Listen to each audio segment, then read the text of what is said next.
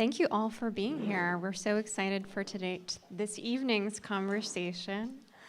I'm Whitney Johnson. I'm with Communities of Opportunity, which is a public-private community initiative funded by the Best Starts for Kids levy at King County and the Seattle Foundation. And we have a governing group that is 20 community leaders that guides our initiative that invests in community power building across King County, in coalitions, organizations, and capacity building resources.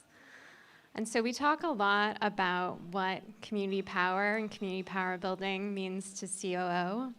And today's conversation is the first in a series this year that gives space to a larger conversation about community power and uplifts the wisdom and experiences of those who are working to build community power, healing and justice in communities across King County. So I'm going to do a land acknowledgement to ground us in the space we're in, and then I'm going to pass the mic to Roxana to proceed with the rest of our agenda. I would like to acknowledge that I live, work, play, and pray on the homeland of the first peoples of this land, the Duwamish, Muckleshoot, Puyallup, Snoqualmie, Stillaguamish, Suquamish, and Tulalip tribes. We raise our hands to honor all of the descendants of the Coast Salish people. We thank them for their hospitality as the first people of this land and for our continuing use of the natural resources of their ancestral homeland. We honor the immense, immeasurable, and often unrecognized contributions and sacrifices of the Coast Salish and Indigenous people, and we acknowledge the ongoing disparities, racism, and political invisibility experienced by Coast Salish and Indigenous peoples of this land. And this land acknowledgement was shared to us by the Seattle Urban Native Nonprofits Organization, so I want to uplift up their work as well. And with that, I will pass the mic to our MC for the evening, as well as the co-producer of this event series, Roxana Pardo Garcia. Good evening, everybody. My name is Roxana Pardo Garcia. I am the cultural worker behind La Roxy Productions, and I get the honor to co-host and co-produce this series of events with COO. I'm also known as the co-founder and executive director of Alimentando al Pueblo, and the People's Mayor of Burien, if you didn't know. All right, so I'm going to introduce our panelists, and I'm going to have them join me on this stage. Jaimée Marsh specializes in community organizing, organizational capacity building, and social identity development. For 20 years, they applied this skill set to build community, shift power to youth, and drive policy change with queer and trans people of color. Jaimée is an alum of the University of Michigan and University of Washington Schools of Social Work, where they deepen their passion for cultivating and curating creative spaces that center radical joy and healing, as well as fostering sustained partnerships between school systems and the community at large. Currently, Jaimée serves as executive director of FEEST, a community-based organization that centers BIPOC and low-income youth from South Seattle and South King County as leaders in transforming food systems and health equity in their schools. In their personal life, Jaimée is a curious home cook, a travel enthusiast, a decent iPhone photographer, and a former athlete turned fierce recreational sports competitor. I would like to add a very amazing fashionista as well. So everybody, please welcome Jaimée.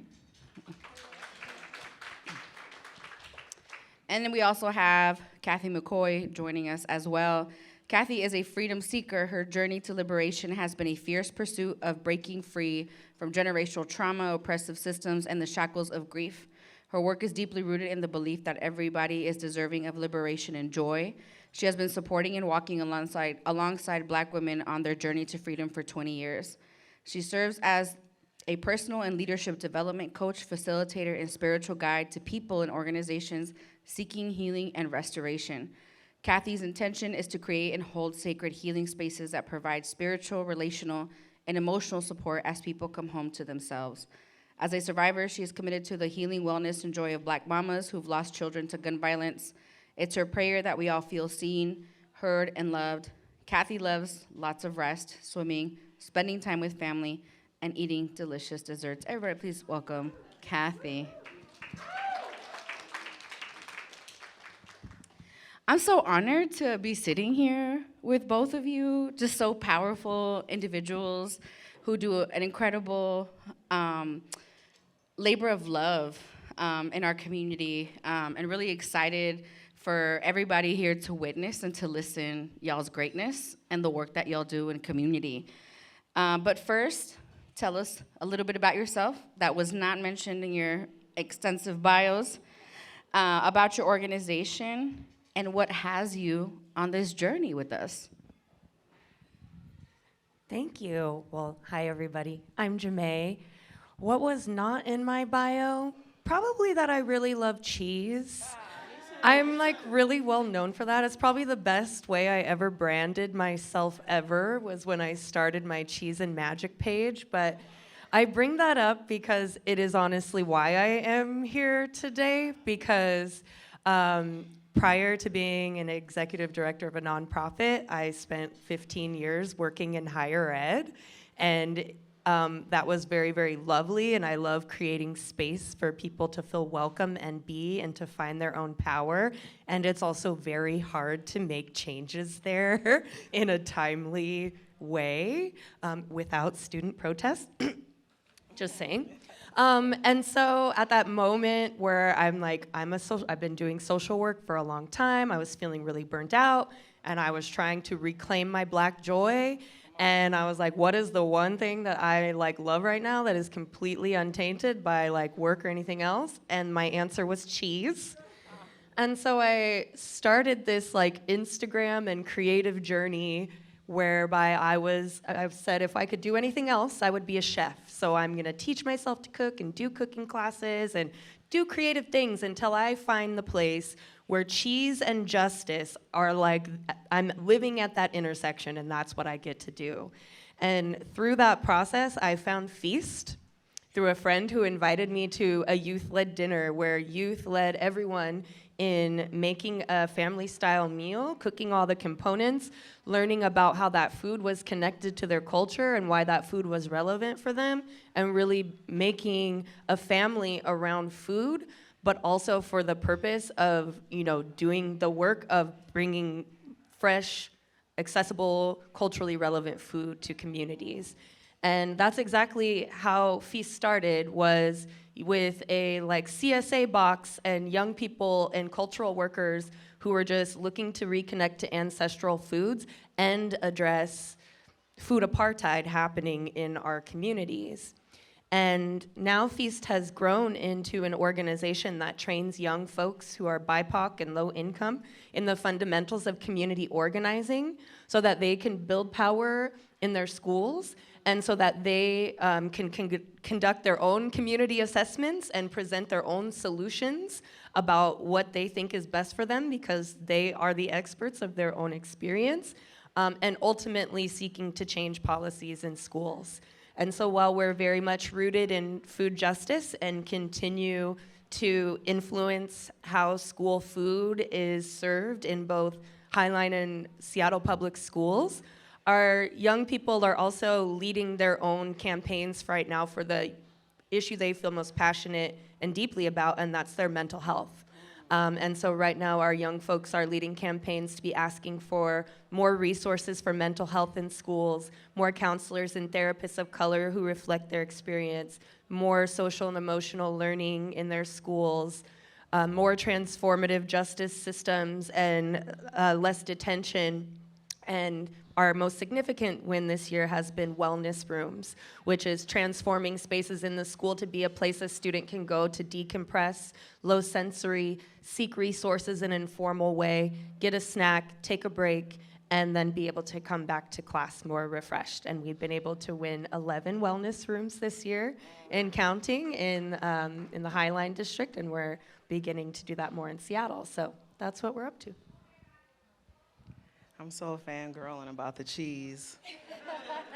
I grew up loving cheese. Like, my mom was a bougie cheese eater. And so she would have a saying that would say, "You can't even spell Gouda." And I still use that every once in a while. So that's near and dear to my heart. Let's see, what would I say? The first thing I want to say, if I could, is thank you for the land acknowledgement, but I love to add, I just want to acknowledge all of the unpaid labor that Black and brown women and men gave to this country and this land as well, if I could, and honor that, and also honor a young man who lost his life today at Garfield High School, and it feels like I can't skip this moment to just honor his life. So thank you for that. What I would say about me that was not in the bio that I've been working on forever, I want it to sound like me. I want someone to read my bio and see my face and see someone that is free. And one of the things that I love to do is to swim and to be free in the water. And I was having a conversation that I am a product of Lake Washington. And every chance I get, I will jump into Lake Washington.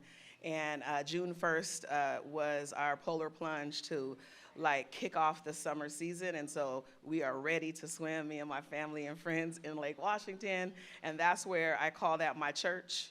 And that's where I get fed, that's where I get held, that's where I release, that's where I'm affirmed, that's where I'm seen, and that's where I'm challenged, and all the places that I love to grow and stretch myself. I represent a lot of organizations. I am the director of People and Culture for RISE, which is an organization that acts as a healing sanctuary for families and children who have lost a loved one to gun violence. And my work there, literally my work is to how do we create a work culture that's a healing sanctuary. We're good at creating that for our community, but can we do that within the org? And so that is what I came in to try to foster and to build those wellness practices that you were talking for staff and for our team. What brought me here and why I'm continuing to do this is because part of my DNA is to see the inherent good in people and to see, and I have a high value that people are redeemable, that you are not broken, that you came here whole and that you can be whole again. And I just really want to do that everywhere I go. Someone told me that I was in their ayahuasca dream trip and that I was in all white painting the walls gold. And I told her that's really all I want to do is paint walls gold.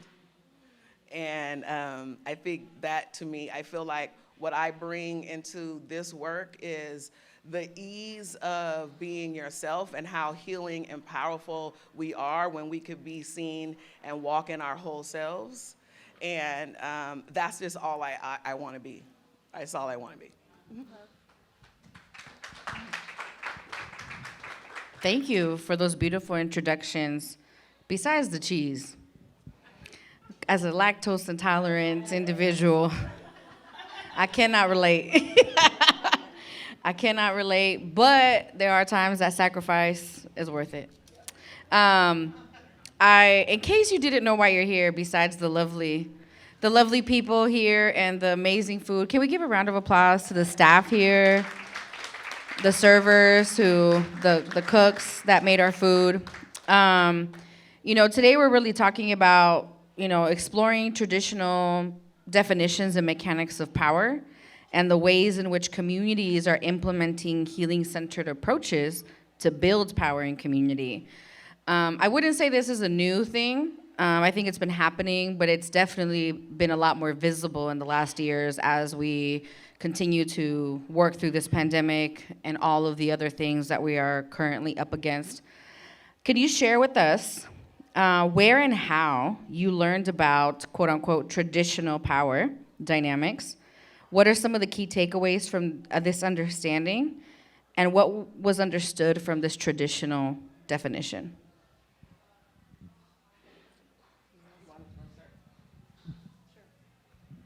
I think when I hear that question, the first thing I go to two places. One, I had a 21-year career at King County Superior Court Clerk's office.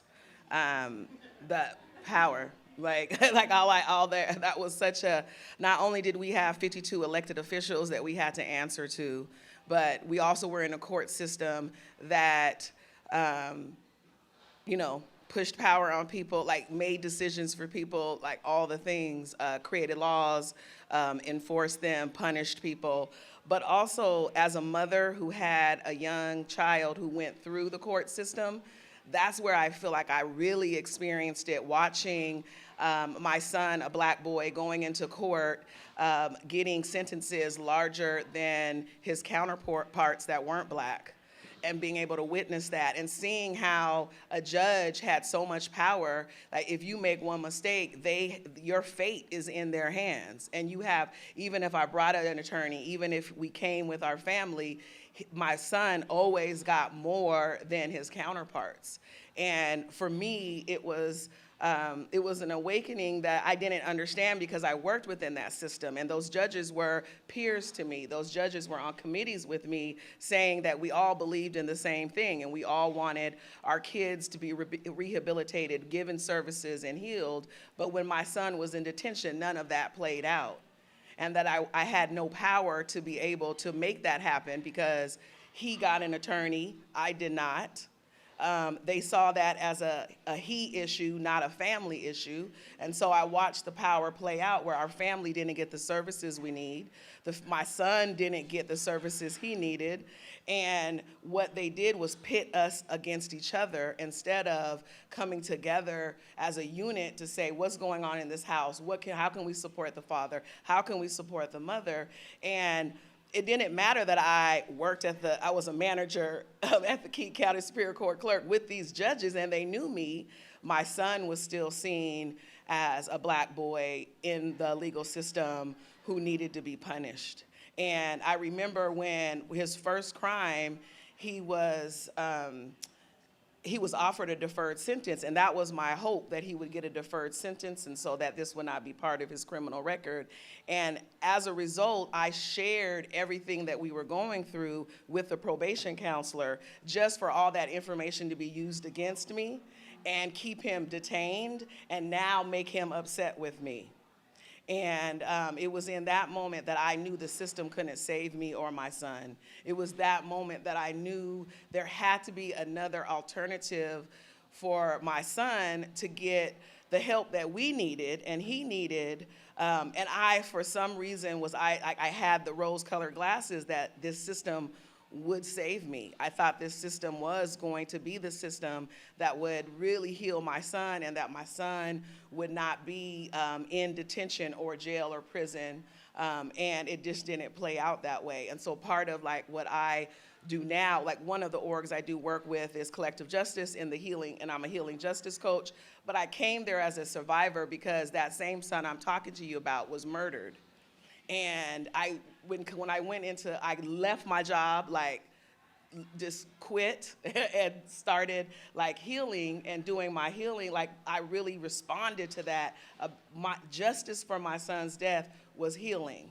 It was really about what power could I build with mothers like me that the system can't help us get our son the services they needed. And so I created a movement called Save Our Sons for black women raising black boys. And it was really about, let's take our power away from the system and let's be the village, let's be the community, and let's save our sons ourselves because the system can't. And I think that's how I kind of orient myself with that. Thank you, Kathei. Appreciate your story. The first place I learned about power was at home. And I don't know if that's most people's experience, but it was my experience because my incredible dad, who is actually back there tonight, taught me a lot about systemic racism, about labor movements, about all sorts of things. And maybe he didn't put it in the terms that I later learned in college for all of that, but I definitely grew up with the lived experience of feeling what it felt like to not have power. And I think at that time, maybe high school and younger, it seemed like power is something that some people have and other people don't. And then through the course of time of getting involved in more advocacy and organizing groups, especially starting to do that as a young person myself, I had a lot more, and then to have a privilege of college education, to be able to learn a lot about power, privilege, and oppression in social work courses was very transformative in terms of giving me the language to speak about my experience, to connect my experience to others, and to see my experience as part of a larger systemic whole of what's going on.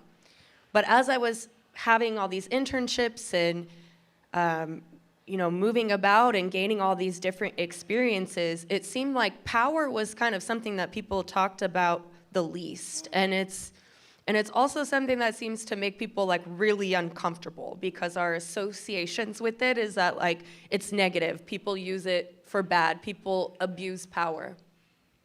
And really when I came into organizing later in college, that it was really clear that we all have power. It's about like our power hasn't been acknowledged, or we're being told we're not powerful when we are.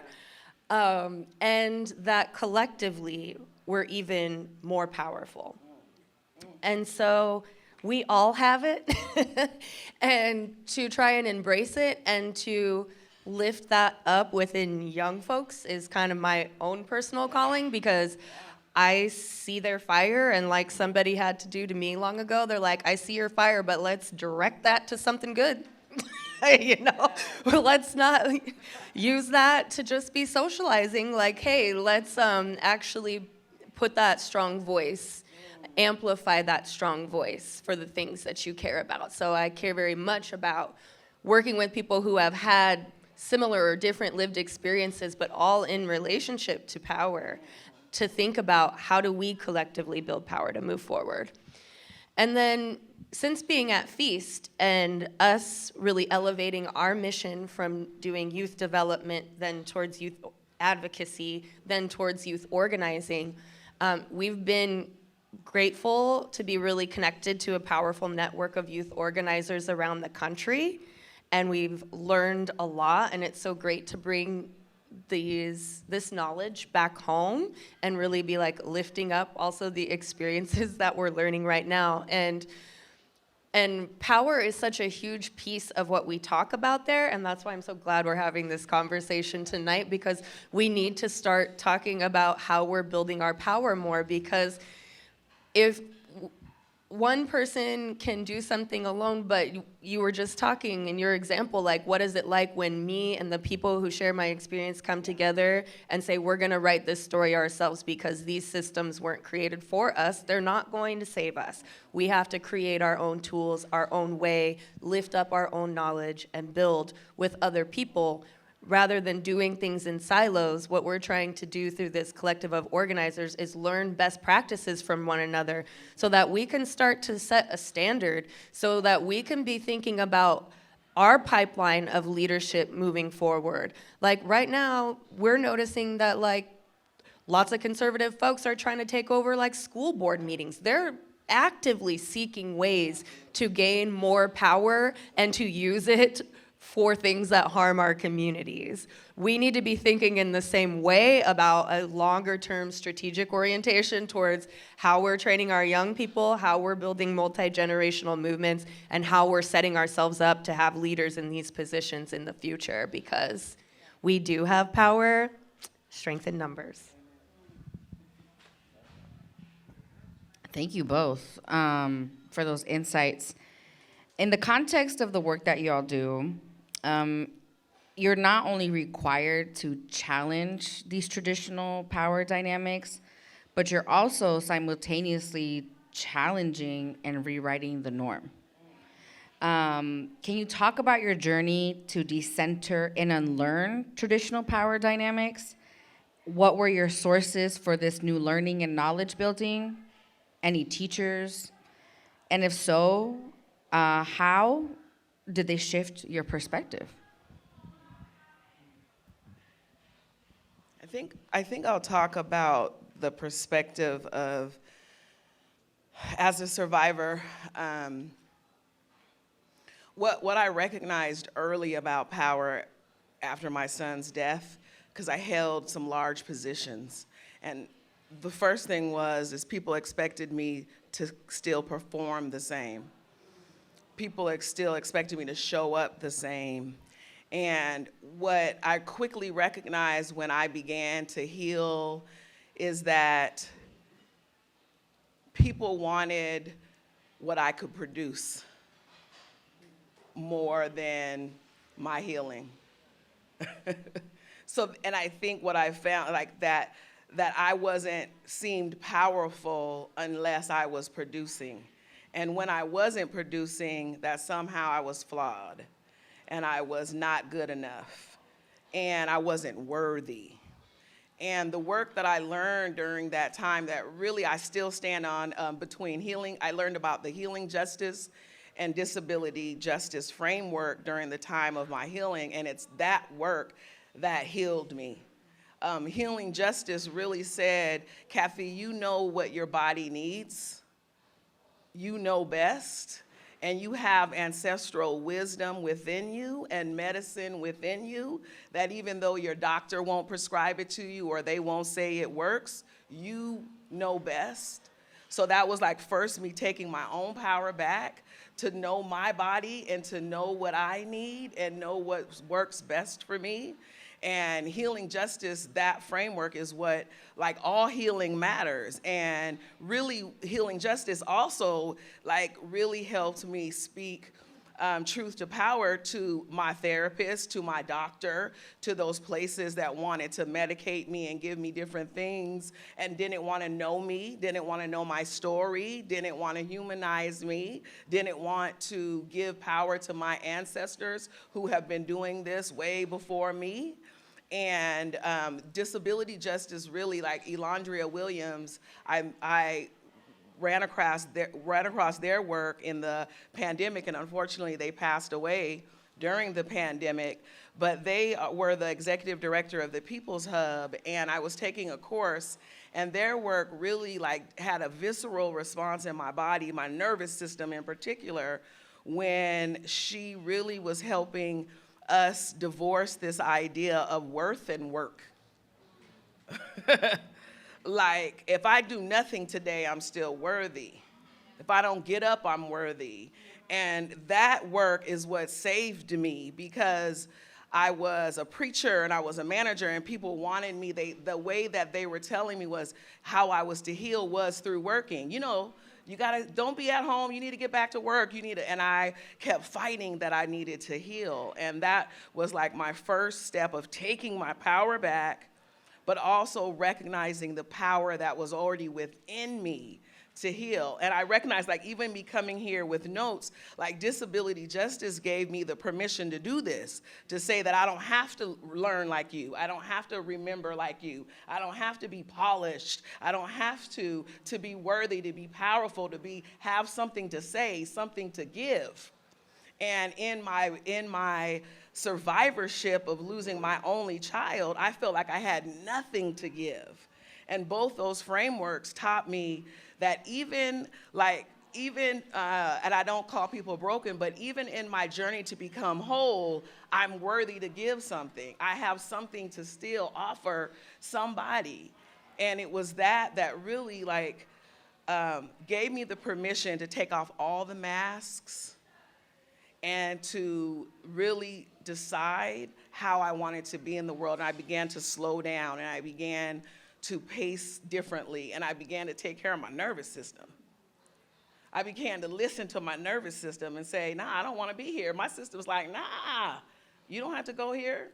And in that, for my healing, it's really important that I remember that all bodies are worthy, all bodies are needed, all voices are needed. And for me and my experience in the systems that I broke free from, I was only worthy if I was giving something away.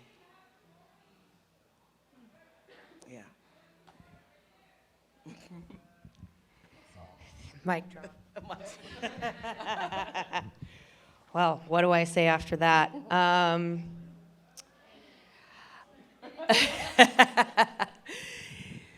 You know, one of the most powerful places that I've been able to be part of is just working with students, and having the opportunity to be part of curating the types of world that students want to see. Like, who's your favorite disability justice speaker? Let's bring them. Let's build programming around it. Or, you know, for years I, work with students to build this type of programming out. And while creating space for others to heal, they also brought healing to me. They brought medicine to me. Other people came and brought medicine to us. And so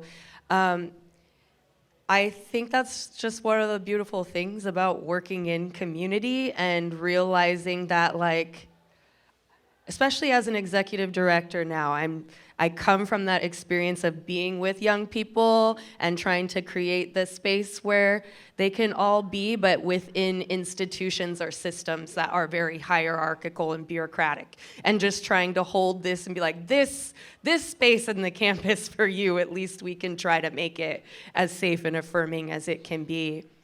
And that was always kind of the philosophy that stuck with me and that I learned from and that I learned in my home.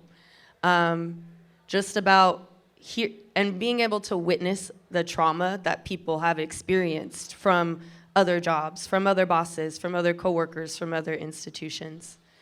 And so now, as somebody who is one of the leaders of an organization but has very specific positional power as the executive director, the environment that I'm hoping and the culture that I'm hoping to create is still very much leaning into what we're now talking about as shared power and distributed decision making, and thinking about like everybody leading from where they are, everybody having ownership in the wins and in the challenges, everybody having, their knowledge being just as important as mine or anybody else's when we're thinking together. So just trying to create that culture of should always be acknowledging power dynamics, but then saying like, how do we want to create this space together with us, the us that is here.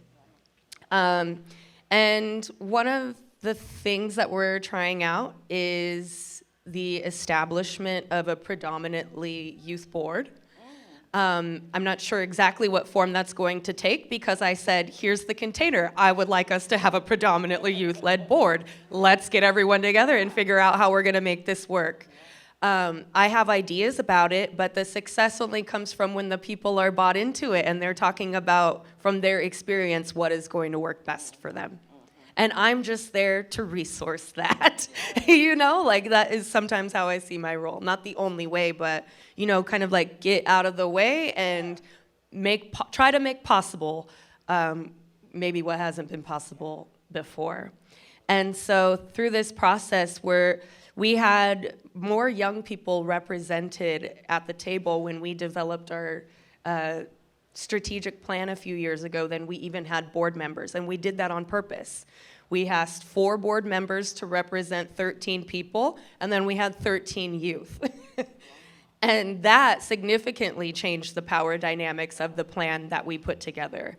And these have long been practices of FEEST to be very youth-led and youth-focused, but what I'm thinking about is not just doing that because we're here and we will hold that up. What happens if a new leader comes? Or in a few years when everyone's gone, we're trying to stitch this into our institutional fabric that youth decision-making will always be part of the strategic direction setting of our organization.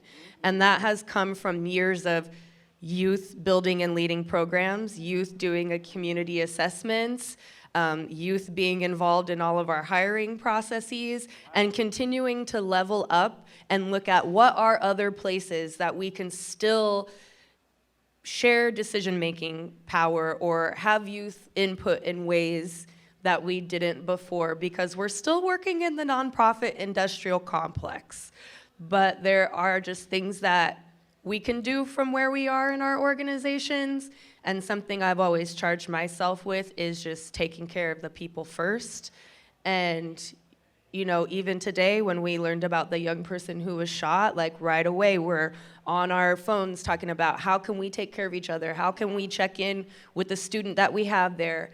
You know, what are we going to need to do to tend to these students now, regardless of what grant deliverables we have due next week, you know? Like, and that is what COVID has been for us completely, and that's how we've grown to the shape we are, is just stopping when you need to stop and take care of the people that are in your organization first and let them tell you what they need, and then you do your best to do that. Thank you. Jaimée, as someone who was a student when you were holding that container at the University of Washington, I just want to reflect back to you in this moment how incredible you were at holding that container for students on campus. As someone who got to witness you in that role and who had many younger, not siblings, but just people in my community who benefited from your leadership there and holding that container, I just want to give you your flowers in this moment for the work that you did there, because I remember it very fondly. So thank you. Thank you for your labor. I'm hearing a lot of really good stuff, but we have a lot of questions left. Not a lot. We got like 3. Let me not exaggerate. I think that this, you know, the topic of today of how do we build around, through and around healing is so incredibly important, given the social, political, economic turmoil that we're currently, you know, living in. And we've been talking a little bit about setting the stage, talking about your individual paths to this kind of collective work. And so my question is, what have you found useful as you've been transferring this individual knowledge and this individual synergy to your organizational work? And where is there room for growth, whether that's in your organizations or what you are witnessing in the collective of the organizations that you are in partnership with?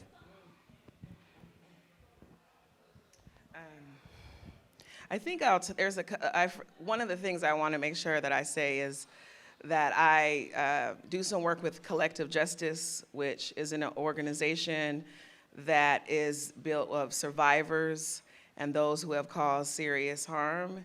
And our work is about shrinking punishment and really uplifting, life-affirming healing for communities and how that looks. And in that work, I've got to see what it looks like to have healing circles inside and be ran by those inside, and really like sharing power with those inside to continue these healing circles and to continue the work in their community that they're in. And the org itself, like the reason I want to bring that into Collective Justice is because they're a flat org, even though they wouldn't want me to tell you that maybe. But I've never been in a flat org. And I think that part and that work, and the reason why is because we want shared decision making, and we want to be able to do things differently than what's been laid out for us and what's been established. And what we've been finding is that it's hard.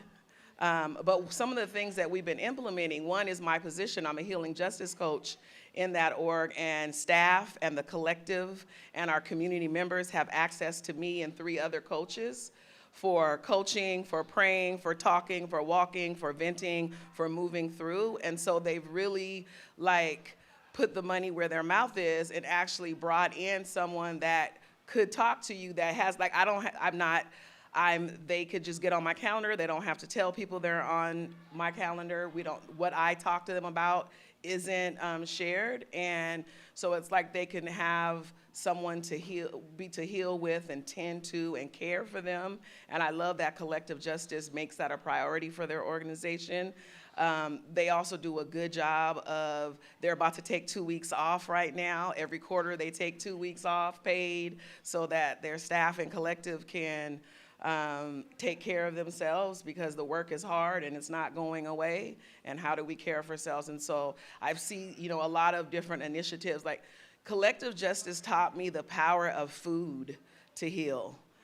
And really about what it looks like when you provide healthy snacks. You provide the snacks that people want and ask for. And I'm really learning about how we give power to communities is not by giving them what we think they need, but by asking them what they need and helping to provide that for them. And that's been a real learning lesson, is because often with my experience, I think I know what they need, but really the work is how do we ask what they need and give them what they need and empower them to ask for what they need. The other organization where I'm the director of people and culture, we are really trying in that place to slow the hell down. One thing that I see in nonprofit culture is hella fast, and decisions have to be made, and and we're all wanting this work, and we want the change in the community, and so we're overworking ourselves.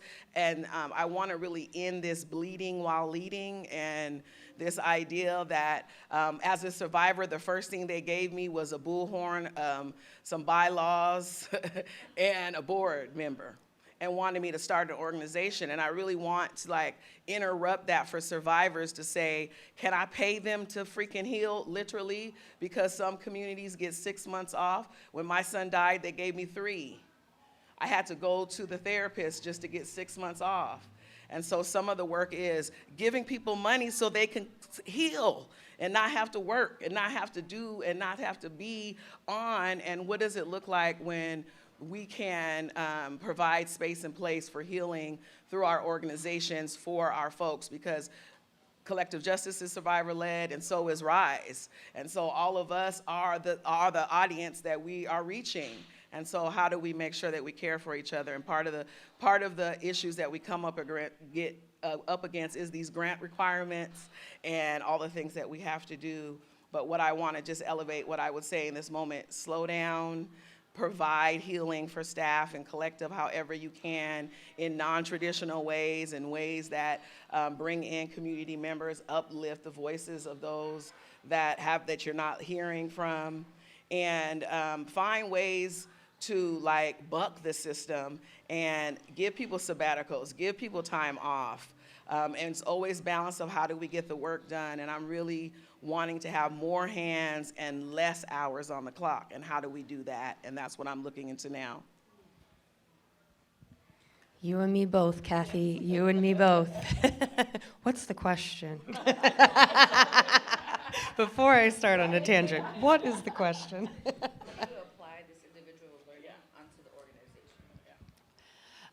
I can say one of the hardest things I interrogated in the last few years was my relationship to rest.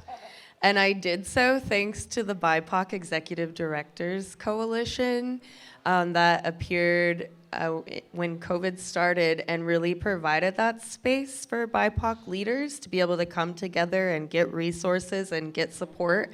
And through a series of healing workshops there, somebody actually made me trace what, through my life have I learned about rest, from the moment I was born till today. And I had so much stuff in my head about work and worth and being productive and achievement, looking a certain way, and the fact that sat in great contrast to how I related to others. I was able to give grace to others, to work at the pace of my team and do these things, but then when it came to how I talked to myself, it was you need to get up, you need to do this, if something's wrong, it's on you, all these traditional kind of power Eurocentric narratives about success in my mind. And in trying to block that from other people's experience, I was letting it poison myself. And so I did that exercise, and I actually was a person who received a sabbatical. And I took 3 months and went on a personal journey of writing and healing by the water. That's also my healing place, Kathei. See you at the lake, girl. See you at the lake. And through that, that just blew my mind. Like, I had never not worked. I always worked summers. I always had like 4 jobs, just like my dad did. You know, I'm trying to break a generational curse here, you know?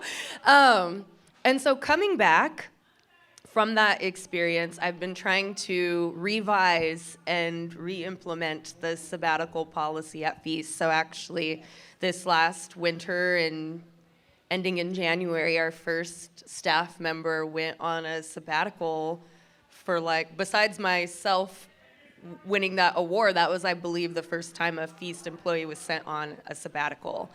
And so we're really thinking deeply about how do we infuse rest, because these movements are really hard and we want people to stay in them. And we also have to acknowledge that things are happening on the daily that compound and make complex and more hard our work, or that we need to also give great attention to. And I think there's just a lot about trying to model and be vulnerable.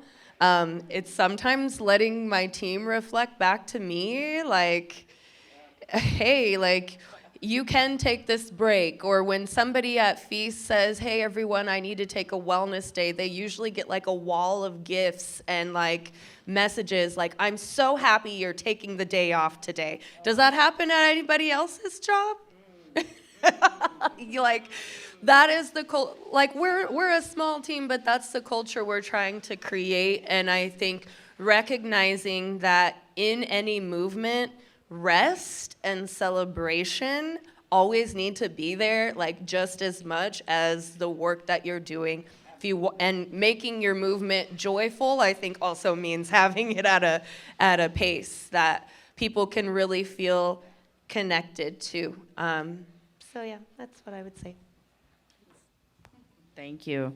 I heard a lot of the examples y'all were sharing are actually like would fall under the HR umbrella, right? And looking, I'm also a student of the Healing Justice Framework, and looking at our HR practices, right? Our hiring practices, our benefits packages, right? And I think that people don't realize that the work of now, the work of this moment, is allowing people's job to aid them in addressing those generational curses. And like you said, Kathei, paying people to heal. How do we create programs, cultures, systems, protocols, policies that really allow for humanity to shine through and to really honor people's humanity? Because we spend an incredible amount of time at our jobs. You know, for those who haven't transitioned to 32-hour work weeks,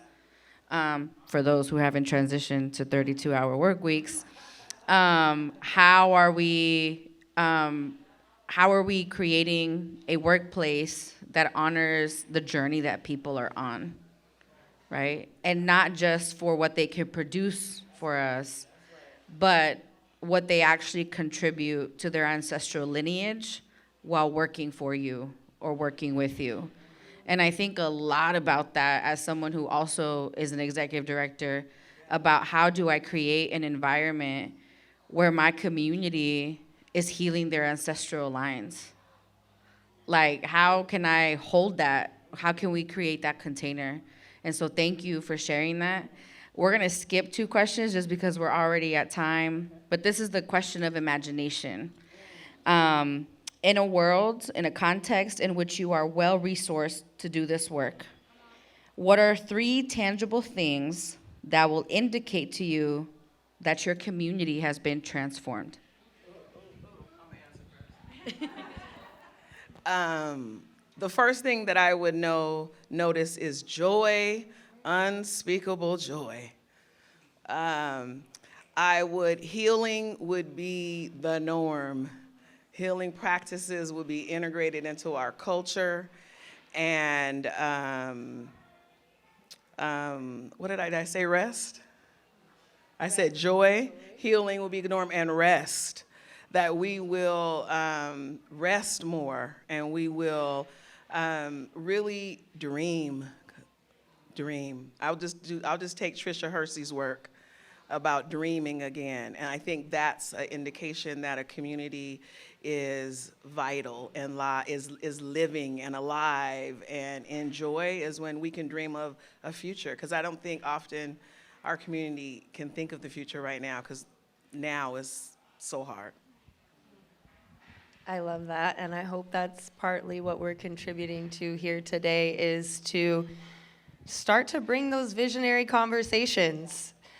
They got to start somewhere. And in addition to joy, I was really honed in on like what our young people have been saying was most important to them. And when we sat down and did our strategic plan, we wrote out our vision for society and our visions for schools together. And it was so broad and so beautiful. And every day we get a little glimpse of embodying like the world we want to see when we have a meal together. And so mental health, yeah, it would be the norm, that it would be something that is naturally talked about and resources would be abundant and there wouldn't be as much stigma. That food would be abundant and plentiful and sustainable and nourishing in all the right ways, and that we're having more connection with the land. And you know, replacing our injustice system with a truly transformative justice system. I think to be able to be in a space with community and collective healing, that, and also like people would have a more solid sense of themselves and how to relate to others across difference. Like, how can we build those cultures where all of us can be really present in them? Also, to your HR question, I'm like, pay equity goals. Here to talk about it it's sidebar. Let's abolish capitalism, but Until then, pay people their worth. I want to just amplify this conversation around imagination, because it's something that is definitely at the forefront of my mind. As a cultural worker, and I guess I'm a creative, and I create things. And I think about two phrases that I recently learned: the poverty of imagination and the domestication of our imagination. And that's currently where we're at. And when we think about, yes, Tricia Hersey, also a student of their work, and I think about, how people can't, when we think about advocacy and transformation, how do we get there when people do not believe they are deserving of more? And systems change, policy change, all these changes we want to see in the world cannot happen if people do not believe they are deserving. And I just want to really emphasize the work of healing, because colonization and all these isms that have existed have created wounds, not just in the inequities that we experience, but in our psychological, our mental, and our spiritual realms. And if we are not doing the work of healing, we're always going to be creating Band-Aid solutions.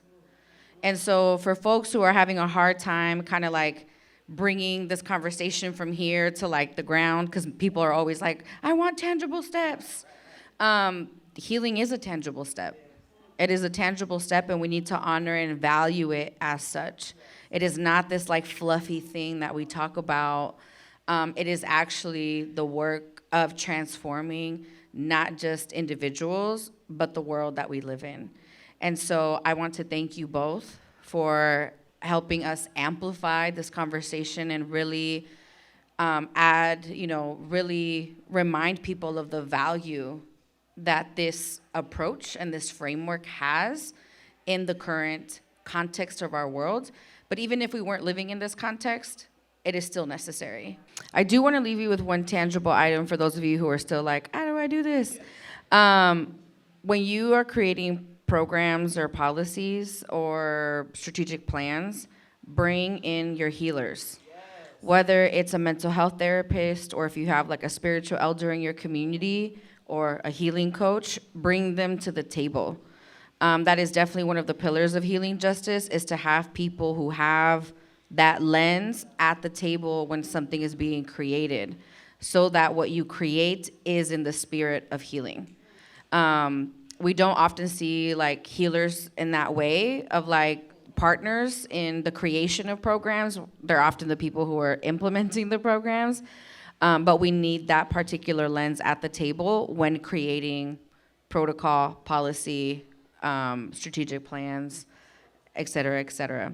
I will leave you with an exercise, just kind of like something to, my colleague Manny taught it to me. It's the head, heart, and feet exercise.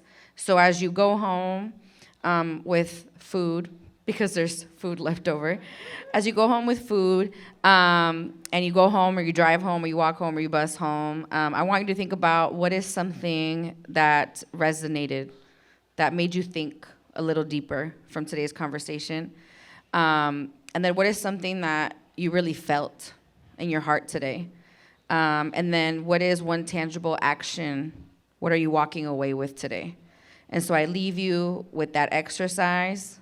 You may or may not have to report back. You'll get a survey link sent to your email so that you can give us some feedback about today and share some of your reflections with us about today's session. But we are going to wrap up. Please, a round of applause for Jaimée and Kathei and their wisdom and their labor, not just today, but every day. And I hope that we can move to a place where we don't sacrifice our time to community, but where we gift our time to community. So thank you for gifting your time to us today. And thank you all for gifting your time